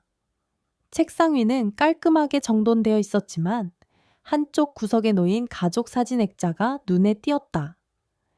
창문으로는 따스한 아침 햇살이 쏟아져 들어와 방 안을 부드럽게 감싸고 있었지만 민지는 그 따스함을 느낄 겨를이 없었다. 온몸의 신경이 곤두서 있었기 때문이었다. 그리고 그곳에는 한 사람이 있었다. 책상 뒤편, 높은 가죽 의자에 앉아있던 그는 민지가 들어서는 것을 보고 천천히 자리에서 일어섰다. 칠수는 좋게 넘어 보이는 노인이었지만 허리는 꼿꼿했고 날카로운 눈빛에서는 세월의 연륜과 함께 범접할 수 없는 위험이 느껴졌다. 어깨에는 별 4개가 빛나는 견장이 달려 있었고 가슴에는 수많은 훈장이 그의 화려한 군 경력을 말해주는 듯했다. 대한민국 군대의 최고 수뇌부 중 한 명임이 틀림없었다. 그는 민지를 향해 천천히 다가왔다. 그의 발걸음은 나이에도 불구하고 절도 있고 힘이 넘쳤다. 민지는 자신도 모르게 숨을 멈췄다.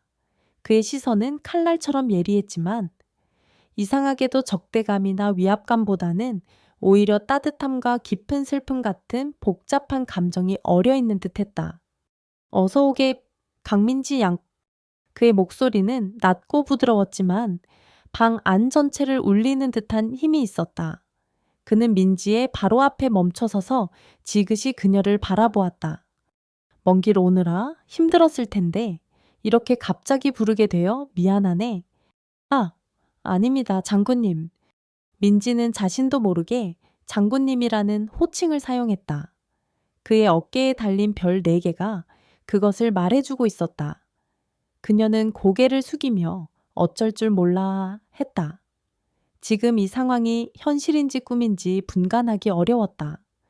장군은 희미하게 미소를 지으며 민지에게 맞은편 소파를 가리켰다. 우선 좀 앉게, 나도 좀 앉아야겠네. 나이가 드니 서 있는 것도 힘들어. 그는 농담처럼 말했지만 민지는 감히 웃을 수 없었다. 김 과장이 조용히 다가와 민지를 소파로 안내했고 장군 역시 자신의 의자에 다시 앉았다. 방 안에는 잠시 침묵이 흘렀다. 오직 민지의 심장 소리만이 요란하게 들리는 듯했다. 장군은 잠시 눈을 감고 무언가를 생각하는 듯 하더니 이내 천천히 입을 열었다. 강민지 양, 자네가 며칠 전 우리 손주 녀석에게 아주 큰 도움을 주었다고 들었네. 내 손주 녀석이요? 민지의 눈이 휘둥그레졌다. 전혀 예상치 못한 말이었다. 손주라는 단어가 지금 이 상황과 어떻게 연결되는 것인지 도무지 짐작할 수 없었다. 장군은 민지의 놀란 표정을 보며 다시 한번 희미하게 미소 지었다. 그래, 내 손주일세. 강민지 양이 행복 분식에서 라면 값을 대신 내주었던 그 2군인 중 한 녀석이. 바로 내 눈에 넣어도 아프지 않을 귀한 손주 녀석이야. 순간 민지의 머릿속이 하얗게 비는 듯했다. 그 군인이 이 나라의 최고 장성 중 한 분의 손자라고 믿을 수 없는 이야기였다. 그녀는 아무 말도 하지 못하고 그저 장군을 멍하니 바라볼 뿐이었다. 모든 공포와 불안, 의문들이 한순간에 다른 종류의 충격으로 바뀌는 순간이었다. 장군은 민지의 혼란스러운 마음을 이해한다는 듯 천천히 이야기를 이어갔다. 내 손주 녀석, 이름은 박진우라고 하네. 지금 육군모 사단에서 평범한 사병으로 복무 중이지. 사실 그 아이가 내 손주라는 사실은 부대 내에서도 극소수만 알고 있는 비밀이라네. 나나 우리 가족 모두 그 아이가 특혜 없이 다른 병사들과 똑같이 생활하며 진짜 군인으로 성장하길 바랐거든. 그래서 입대할 때도 일부러 신분을 숨기고 조용히 보냈지. 장군의 목소리에는 손주에 대한 깊은 애정과 자부심이 묻어 있었다. 그날 진우 녀석은 혹한기 훈련을 마치고 부대로 복귀하던 중이었네. 훈련 중 지갑을 분실했고 몸은 지칠 대로 지쳐 있었지. 마침 다른 부대원들과도 잠시 떨어져 혼자 있었던 모양이야. 배는 고픈데 수중에 돈 한 푼 없는 막막한 상황에서 강민지 양의 가게를 발견한 걸세. 장군은 잠시 말을 멈추고 창밖을 바라보았다. 그의 눈가에는 어느새 촉촉한 물기가 어려 있었다. 그 아이가 나중에 그러더군. 정말 절망적인 순간이었는데 한 줄기 비처럼 강민지 양을 만났다고 한 끼 식사값도 안 되는 돈이었지만 그 돈이 없어서 쩔쩔매던 자신에게 아무것도 묻지 않고 선뜻 온정을 베풀어준 그 마음이 너무나 고마웠다고 말일세. 장군은 다시 민지를 바라보며 말을 이었다. 그의 목소리는 이제 감정에 젖어 살짝 떨리고 있었다. 진우는 자존심이 강한 아이라네. 그래서 더더욱 강민지 양의 배려가 깊이 와닿았던 모양이야. 군인 할인이라는 그 따뜻한 거짓말까지 그 아이는 그날 밤 강민지 양 덕분에 단순한 허기를 채운 것이 아니라 사람의 온정이 얼마나 따뜻하고 위대한 것인지를 배웠다고 했네. 그리고 반드시 그 은혜를 갚아야 한다고 내게 몇 번이고 신신당부를 했지. 민지는 그제야 모든 상황을 이해할 수 있었다. 왜 그 정체 모를 남자들이 자신을 찾아다녔는지, 왜 국방부 과장이 직접 나섰는지, 그리고 왜 지금 자신이 이 나라 최고 장성 중 한 분의 방에 앉아 있는지 모든 것이 그 작은 친절에서 비롯된 것이었다. 그래서 저희 직원들이 조금 서툰 방식으로 강민지 양을 찾았던 걸세, 혹시라도 불필요한 오해를 샀거나 강민지 양에게 부담을 줄까봐 최대한 조용히 알아보려 했는데 그 과정에서 오히려 더 큰 불안감을 준 것 같아. 정말 미안하게 생각하네. 용서해 주게. 장군은 진심으로 사과했다. 민지는 그제야 긴장이 풀리면서 동시에 눈가가 뜨거워지는 것을 느꼈다. 그동안의 공포와 불안이 한순간에 녹아내리는 듯 했다. 아닙니다, 장군님. 제가 뭐라고 이런 과분한 관심을? 민지는 말을 잇지 못하고 고개를 숙였다. 자신이 한 일은 정말 아무것도 아니라고 생각했는데 그것이 이렇게 큰 파장을 불러일으킬 줄은 꿈에도 몰랐다. 장군은 그런 민지를 따뜻한 눈빛으로 바라보며 말했다. 강민지 양, 자네가 베푼 것은 단순한 돈 몇 푼이 아닐세. 그것은 조건 없는 순수한 마음이었고 가장 절실한 순간에 건네진 따뜻한 손길이었네. 요즘처럼 각박한 세상에 그런 마음을 가진 젊은이가 있다는 것이 나에게는 큰 위로와 희망이 되었어. 내 손주뿐만 아니라 나 역시 자네에게 큰 빚을 진 기분일세. 장군의 목소리는 진심으로 가득 차 있었다. 그는 자리에서 일어나 민지에게 다가와 그녀의 어깨를 가볍게 두드렸다. 진우와 나, 그리고 우리 가족 모두는 자네에게 진심으로 감사하고 있네. 그리고 이 감사의 마음을 단순히 말로만 전하고 싶지는 않네. 장군은 민지를 바라보며 의미심장한 미소를 지었다. 그리고 김영준 과장을 향해 고갯짓을 했다. 김 과장은 대기하고 있었다는 듯 서류 가방에서 두툼한 봉투 하나와 서류철을 꺼내 테이블 위에 올려놓았다. 강민지 양의 딱한 사정에 대해서도 조금 전하에 들었네. 학업과 아르바이트를 병행하며 어렵게 생활하고 있다는 것도, 병상에 계신 어머님 걱정도 그동안 얼마나 힘들었을지 짐작조차 하기 어렵구먼. 장군은 안타까운 표정으로 말을 이었다. 그래서 우리가 작은 성의를 표하고 싶네. 물론 이것이 자네의 따뜻한 마음에 대한 보답이 될 수는 없겠지만 부디 우리 가족의 진심으로 받아주면 좋겠네. 민지는 테이블 위에 놓인 봉투와 서류철을 번갈아 바라보았다. 그녀의 인생이 송두리째 바뀔지도 모르는 순간이 바로 눈앞에 다가와 있었다. 인생역전이라는 드라마 같은 이야기가 지금 바로 그녀의 현실이 되려고 하고 있었다. 테이블 위에 놓인 두툼한 봉투와 서류철, 민지는 그것들을 가만히 응시했다. 마치 현실이 아닌 꿈속의 한 장면처럼 모든 것이 비현실적으로 느껴졌다. 방금 전까지 자신을 짓누르던 절망감과 공포는 어디론가 사라지고 그 자리에는 어리둥절함과 함께 형언할 수 없는 감정의 소용돌이가 휘몰아치고 있었다. 장군은 그런 민지의 마음을 읽었다는 듯 부드러운 목소리로 말했다. 강민지 양, 부담 갖지 말고 우리 성의를 받아주면 좋겠네. 이것은 동정이나 적선이 아닐세.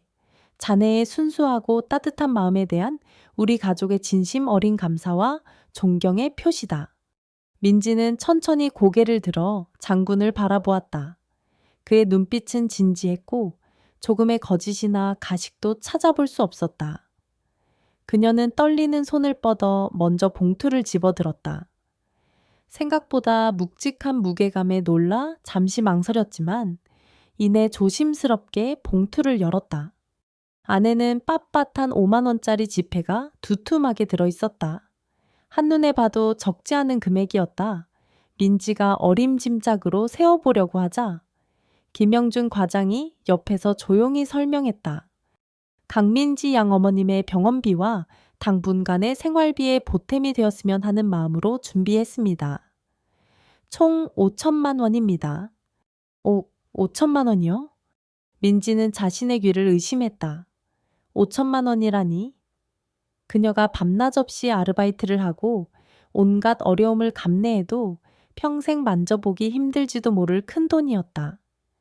이 돈이면 당장 어머니의 밀린 병원비를 해결하고도 남았다.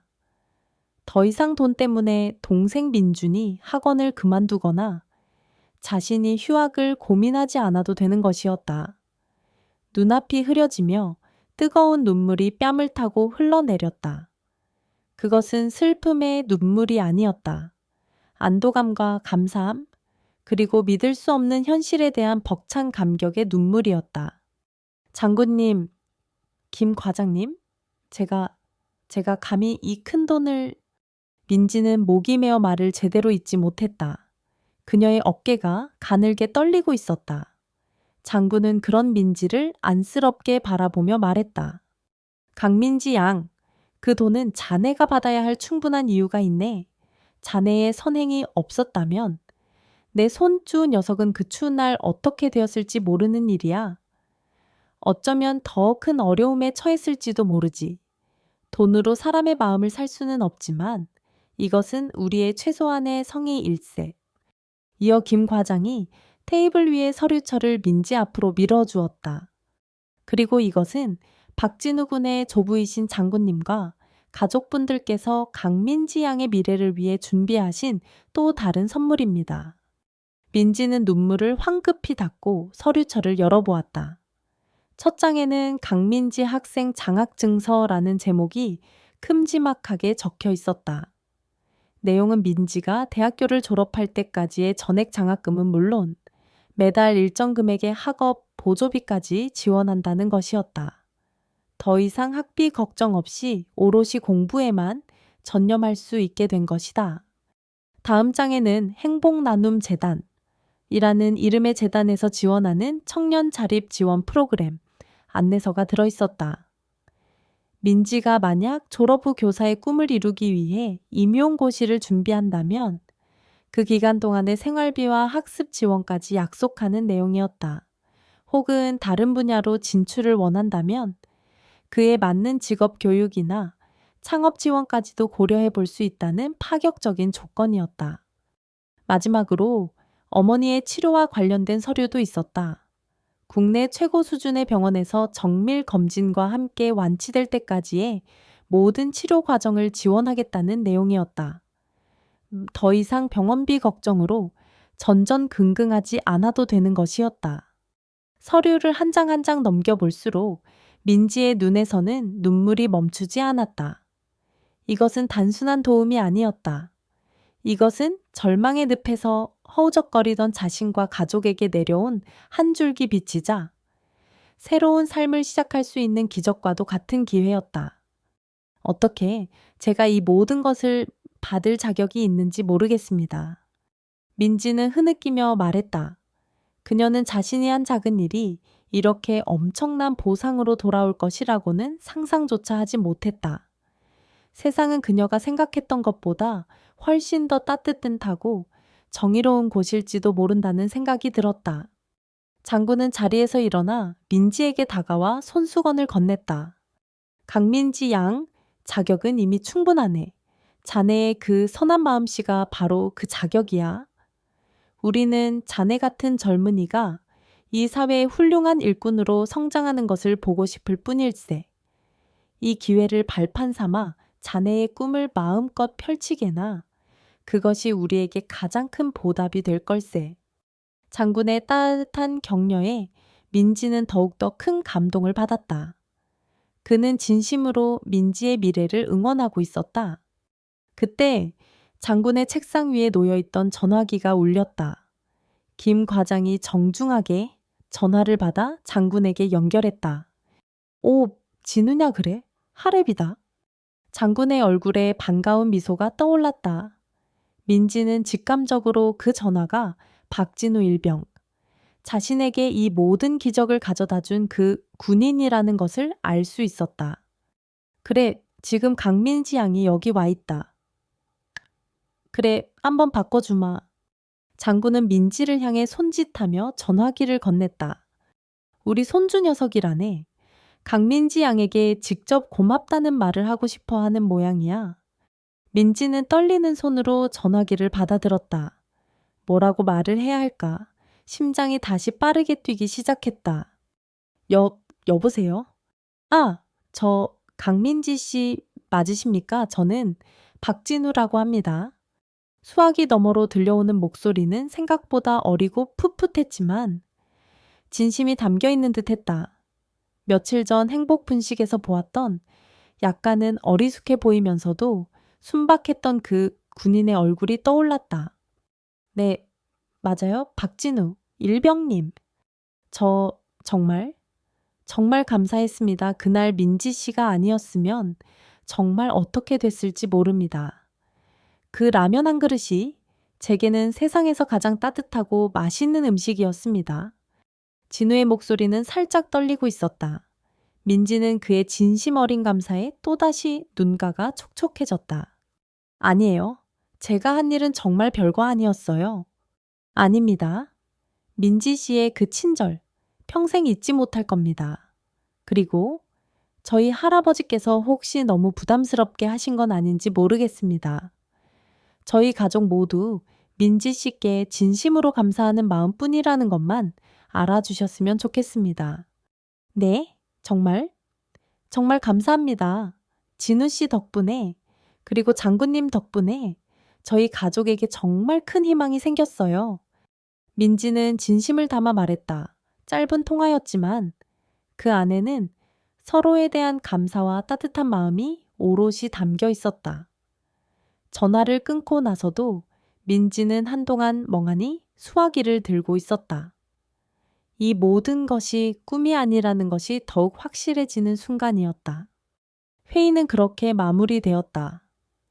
김 과장은 앞으로의 장학금 지급 절차와 어머니의 병원 이송 문제 등에 대해 상세히 설명해 주었고, 민지가 필요한 모든 지원을 아끼지 않겠다고 약속했다. 민지가 국방부 건물을 나설 때 아침 햇살은 이전보다 훨씬 더 밝고 따뜻하게 느껴졌다. 더 이상 그녀의 어깨를 짓누르던 삶의 무게는 없었다.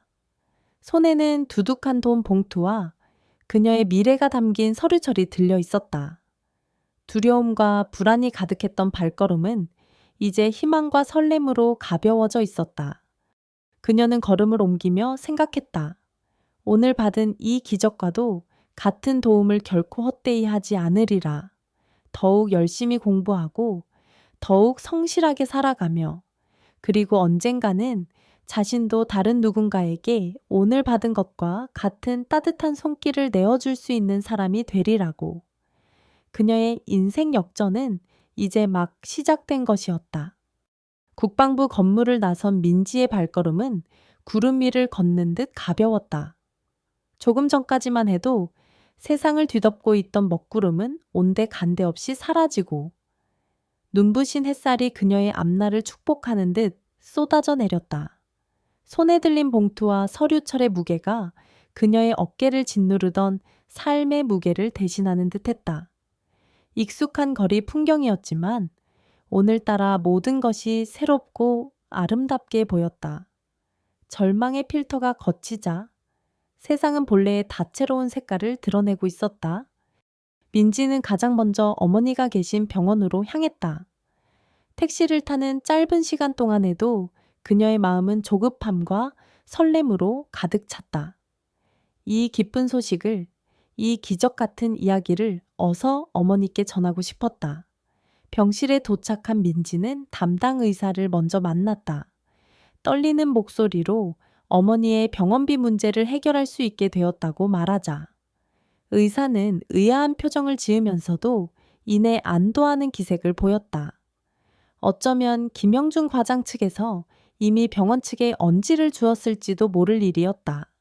어머니의 병실 문을 열고 들어섰을 때 창가에 앉아 힘없이 바깥 풍경을 바라보던 어머니가 천천히 고개를 돌렸다. 민지는 애써 밝은 미소를 지으며 어머니에게 다가갔다. 엄마, 저 왔어요. 오늘따라 안색이 더 좋아 보이시네. 우리 딸, 또 무슨 좋은 일이라도 있었니? 얼굴에 웃음꽃이 폈네. 어머니는 민지의 표정에서 무언가 다른 기운을 감지한 듯 했다. 민지는 어머니의 손을 꼭 잡고 조금 전 국방부에서 있었던 일들을 차근차근 설명하기 시작했다. 물론 장군님의 신분이나 너무 자세한 내막까지는 말씀드리지 않았다. 그저 자신이 과거에 베풀었던 작은 친절 덕분에 아주 훌륭한 분들로부터 큰 도움을 받게 되었다고.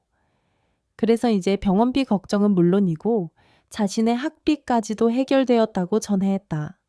이야기를 듣는 내내 어머니는 믿을 수 없다는 표정으로 민지의 얼굴만 바라보았다. 민지의 이야기가 끝났을 때 어머니의 눈에서는 하염없이 눈물이 흘러내렸다. 그것은 기쁨과 감격, 그리고 딸에 대한 자랑스러움이 뒤섞인 눈물이었다. 세상에 이런 일이, 민지야, 내 딸아, 내 착한 마음이 하늘을 감동시켰나 보구나. 고맙다. 정말 고맙다. 내 딸아. 어머니는 민지를 끌어안고 한참 동안 흐느꼈다. 민지 역시 어머니의 따뜻한 품에 안겨 함께 눈물을 흘렸다. 그동안 모녀를 짓눌렀던 무거운 걱정과 불안이 눈물과 함께 씻겨 내려가는 듯 했다. 어머니는 연신 믿을 수 없다. 꿈만 같다 고대내며 민지의 손을 놓지 못했다. 딸의 선행이 이런 기적을 불러왔다는 사실에 어머니는 세상 그 어떤 값진 보물을 얻은 것보다 더 기뻐했다. 그날 저녁, 민지는 동생 민준에게도 이 소식을 전했다. 처음에는 어리둥절해하던 민준도 상황을 파악하자 누나를 끌어안고 방방 뛰며 기뻐했다. 당장 다음 달부터 학원에 다시 다닐 수 있게 되었다는 사실보다 엄마가 제대로 치료받고 누나가 더 이상 돈 때문에 힘들어하지 않아도 된다는 사실에 더욱 안도하는 눈치였다. 어린 나이에도 불구하고 속 깊은 동생의 모습에 민지는 또 한 번 가슴이 뭉클해졌다.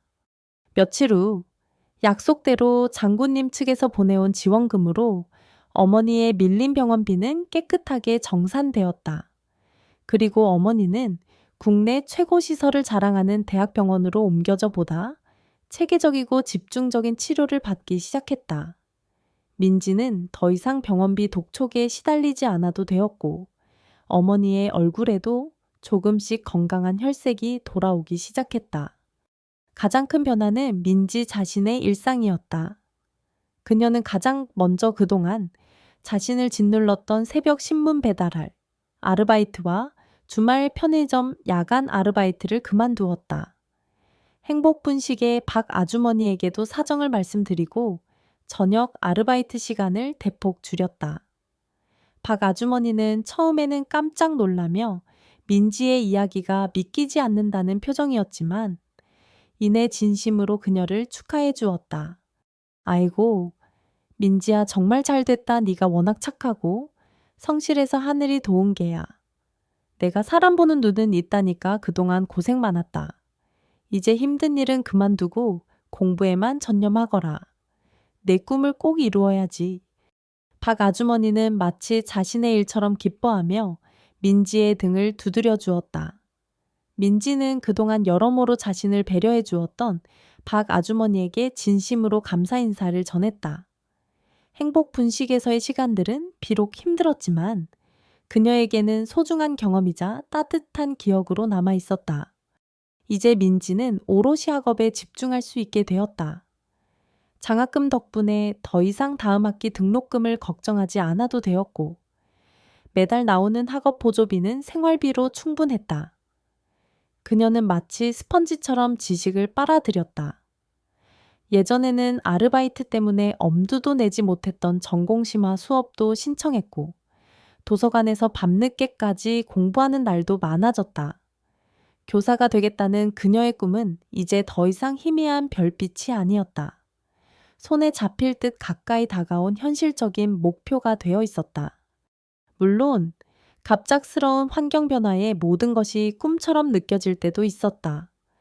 아침에 눈을 뜨면 혹시 어젯밤 꿈을 꾼 것은 아닐까 하는 생각에 가슴이 철렁 내려앉기도 했다. 그럴 때마다 그녀는 책상 위에 놓인 장학증서와 어머니의 밝아진 미소를 떠올리며 이것이 분명한 현실임을 되새겼다. 이 모든 기적을 가져다 준 그날의 작은 친절을 민지는 결코 잊지 않았다. 그녀는 장군님과 박진우 일병에게 감사의 마음을 담아 정성스럽게 쓴 편지와 작은 선물을 김영준 과장을 통해 전달했다. 물질적인 보답보다는 진심을 전하고 싶었다. 며칠 후 김 과장으로부터 장군님과 진욱은 모두 편지를 받고 매우 기뻐했다는 연락을 받았다.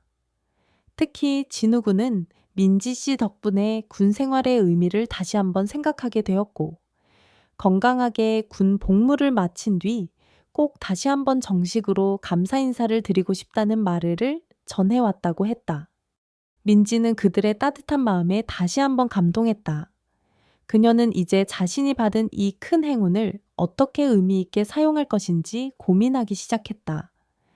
단순히 자신의 성공만을 위해 노력하는 것이 아니라 언젠가는 자신도 누군가에게 조건 없는 따뜻함을 나눌 수 있는 사람이 되고 싶었다. 몇 달이 흘렀다. 어머니는 꾸준한 치료 덕분에 몰라보게 건강을 회복하셨고, 퇴원 후에는 민지와 함께 정기적으로 가벼운 산책을 할 수 있을 정도로 좋아지셨다. 민준이도 다시 학원에 다니며 학업에 열중했고, 집안에는 오랜만에 웃음꽃이 피어났다. 민지는 학교에서 우수한 성적을 유지하며 장학생으로서의 본분을 다했다. 그녀의 얼굴에서는 이전에 드리워져 있던 고단함과 불안의 그늘 대신 자신감과 희망의 빛이 넘실거렸다. 그녀는 도서관에서 공부를 하다가도 문득 창밖을 바라보며 생각했다. 삶이란 정말 예측할 수 없는 것이라고, 가장 어두운 터널의 끝에 가장 눈부신 빛이 기다리고 있을 수도 있다는 것을 그녀는 자신의 삶을 통해 직접 경험하고 있었다. 그리고 그 빛은 아주 작은 선행이라는 씨앗에서부터 시작될 수 있다는 것도. 시간은 흐르고 흘러 민지가 기적과도 같은 도움을 받은 지 어느덧 2년이라는 세월이 지났다. 강산도 변한다는 시간이었지만 민지의 삶에 찾아온 긍정적인 변화는 더욱 견고해지고 아름답게 빛나고 있었다. 민지는 우수한 성적으로 대학교를 졸업했고, 그토록 바라던 초등학교 교사 임용고시에도 당당히 합격했다. 이제는 어엿한 강 선생님이 되어 아이들의 해맑은 웃음소리가 가득한 교실에서 매일 희망을 가르치고 있었다. 그녀의 얼굴에서는 더 이상 과거의 고단함이나 불안의 그림자를 찾아볼 수 없었다. 자신감 넘치고 따뜻한 미소는 그녀를 만나는 모든 이들에게 긍정적인 에너지를 전달했다. 어머니는 완전히 건강을 회복하셨다. 예전처럼 식당 일을 하지는 않았지만 동네 문화센터에서 꽃꽂이를 배우거나 친구들과 소소한 취미 생활을 즐기며 행복한 노후를 보내고 계셨다. 민준이 역시 누나의 든든한 지원 덕분에 원하는 대학의 컴퓨터 공학과에 진학하여 자신의 꿈을 향해 열심히 나아가고 있었다. 가족들은 예전에 좁고 허름한 자취방을 떠나 햇살이 잘 드는 아담한 연립주택으로 이사했다. 화려하지는 않았지만 세 식구가 함께 웃고 이야기하며 행복을 키워가기에 부족함이 없는 따뜻한 보금자리였다. 그러던 어느 봄날 민지에게 반가운 연락이 왔다. 김영준 과장을 통해서였다. 박진우 일병. 아니, 이제는 당당한 예비역이 된 박진우 씨가 군 복무를 무사히 마치고 민지에게 정식으로 감사 인사를 전하고 싶어 한다는 것이었다. 약속 장소는 민지가 예전에 일했던 행복분식 근처의 작은 카페였다. 민지는 오랜만에 그 동네를 찾으니 감회가 새로웠다. 카페 창가에 먼저 도착해 기다리고 있던 박진우 씨는 2년 전보다 훨씬 더 늠름하고 성숙해진 모습이었다. 군복을 벗고 평범한 대학생 차림을 한 그는 여전히 순수하고 진솔한 눈빛을 간직하고 있었다. 강민지 선생님, 이렇게 다시 뵙게 되어 정말 영광입니다.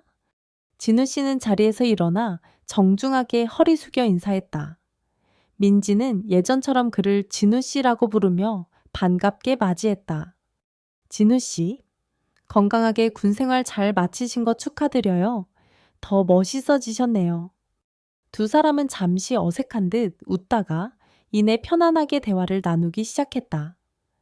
진우 씨는 군 생활 동안 민지 씨의 친절을 생각하며 많은 힘을 얻었다고. 그리고 할아버지와 가족들 모두 여전히 민지 씨에게 깊이 감사하고 있다고 전했다. 민지 역시 진우 씨와 가족들 덕분에 자신의 삶이 얼마나 긍정적으로 변화했는지, 그리고 그 감사함을 어떻게 사회에 환원하며 살아가고 있는지 이야기했다. 민지 선생님 같은 분이 아이들을 가르치신다니 우리나라의 미래는 정말 밝을 것 같습니다. 진우 씨의 진심 어린 칭찬에 민지는 쑥스러워하면서도 가슴 한구석이 따뜻해지는 것을 느꼈다. 짧은 만남이었지만 두 사람 사이에는 어떤 이해관계를 넘어선 순수한 인간적인 교감과 감사의 마음이 흐르고 있었다. 헤어지기 전 진우 씨는 앞으로도 좋은 인연을 이어가고 싶다는 말을 남겼고, 민지 역시 그러자고 화답했다. 그들의 만남은 마치 잘 마무리된 한편의 아름다운 이야기처럼 훈훈했다. 민지는 교사로서의 삶에 충실하면서도 자신이 받은 도움을 잊지 않고 다양한 방법으로 선행을 실천했다. 매달 월급의 일부를 형편이 어려운 학생들을 위한 장학금으로 기부했고, 주말에는 미혼음모 보호시설이나 아동복지센터를 찾아 봉사활동을 꾸준히 이어갔다. 그녀는 거창한 구호보다는 작은 실천에 힘을 믿었다. 자신이 과거에 받았던 따뜻한 라면 한 그릇의 온정이 자신의 인생을 바꾸었듯이 자신의 작은 손길 하나가 또 다른 누군가에게 희망의 씨앗이 될 수 있다고 믿었다. 가끔 아이들에게 옛날 이야기를 들려주듯 그녀는 자신의 경험을 에둘러 이야기하기도 했다.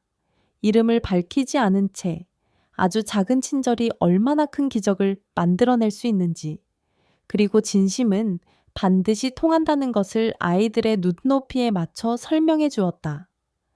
아이들은 초롱초롱한 눈으로 그녀의 이야기에 귀를 기울였고, 그들의 작은 가슴 속에도 따뜻한 무언가가 피어나는 듯 했다. 어느덧 세월이 흘러 민지는 존경받는 중견교사가 되었다. 그녀가 가르친 수많은 제자들이 사회 각계각층으로 진출했고, 그들은 스승인 민지 선생님으로부터 배운 나눔과 배려의 정신을 잊지 않고 실천하며 살아가고 있었다. 민지가 뿌린 작은 씨앗 하나가 수많은 열매를 맺어 세상을 더욱 풍요롭게 만들고 있는 것이었다. 가끔 밤하늘의 별을 바라볼 때면 민지는 그날 행복분식에서 만났던 두 군인의 모습을 떠올리곤 했다.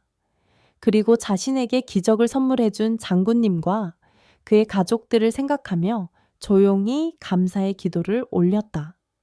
그녀의 삶은 평범했지만 그 안에는 세상 그 어떤 화려한 성공보다 값진 의미와 행복이 가득했다. 오늘 이 작은 이야기에 귀 기울여 주신 모든 분들께 진심으로 감사드립니다. 우리는 때로 삶의 무게에 지치고 차가운 현실에 절망하기도 합니다. 하지만 아무리 어두운 밤이라도 작은 별빛 하나가 길을 밝혀주듯 아주 사소해 보이는 친절과 온정이야말로 우리 삶의 가장 큰 희망이 될 수 있다는 것을 이 이야기를 통해 함께 나누고 싶었습니다. 단돈 몇 푼 안 되는 밥값에서 시작된 한 평범한 아르바이트생의 이야기는 어쩌면 우리 모두의 이야기일지도 모릅니다. 누군가를 향한 조건 없는 마음, 작은 도움의 손길이 한 사람의 인생을 바꾸고 나아가 세상을 조금 더 따뜻한 곳으로 만들 수 있다는 믿음. 그것이 바로 우리가 잊지 말아야 할 삶의 소중한 가치일 것입니다. 오늘 하루 주변을 한번 둘러보시는 것은 어떨까요?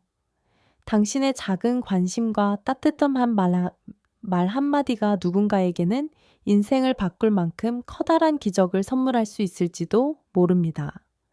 부디 여러분의 삶 속에도 이러한 작지만 위대한 기적들이 늘 함께 하시기를 바라며 이만 이야기를 마칠까 합니다. 끝까지 함께 해주셔서 다시 한번 감사드립니다. 모두 행복하십시오.